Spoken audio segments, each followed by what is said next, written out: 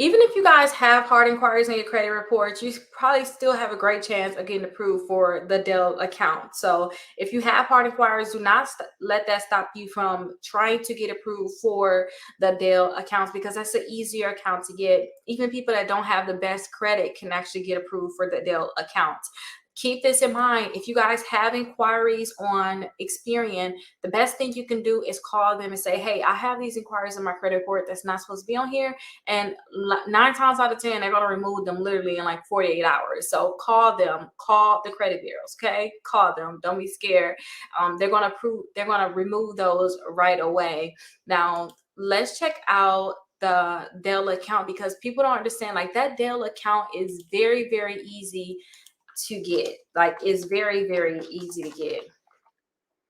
So here is the Dell account, and you guys can pre-qualify for the Dell account too. So don't think, oh, I don't want to apply for it, I think I'm gonna get denied. You don't know if you're going to get denied. And since they can pre-qualify you without a hard inquiry, then I definitely suggest that you guys try to get that card or try to get that account, because you can get pre-qualified for it without a hard inquiry. So any card that you can get pre-qualified for, I definitely think you guys should just go ahead and try to get it. So again, here is the Dell account. You can get pre-qualified for the account. Like I said, they have promotional things, so definitely check out their promotions and their special offers that they have, like the no interest when you guys purchase something and you pay it in full, as long as it's more than $2.99. So check out like the different things that they have, but you can actually pre-qualify for this without a hard inquiry.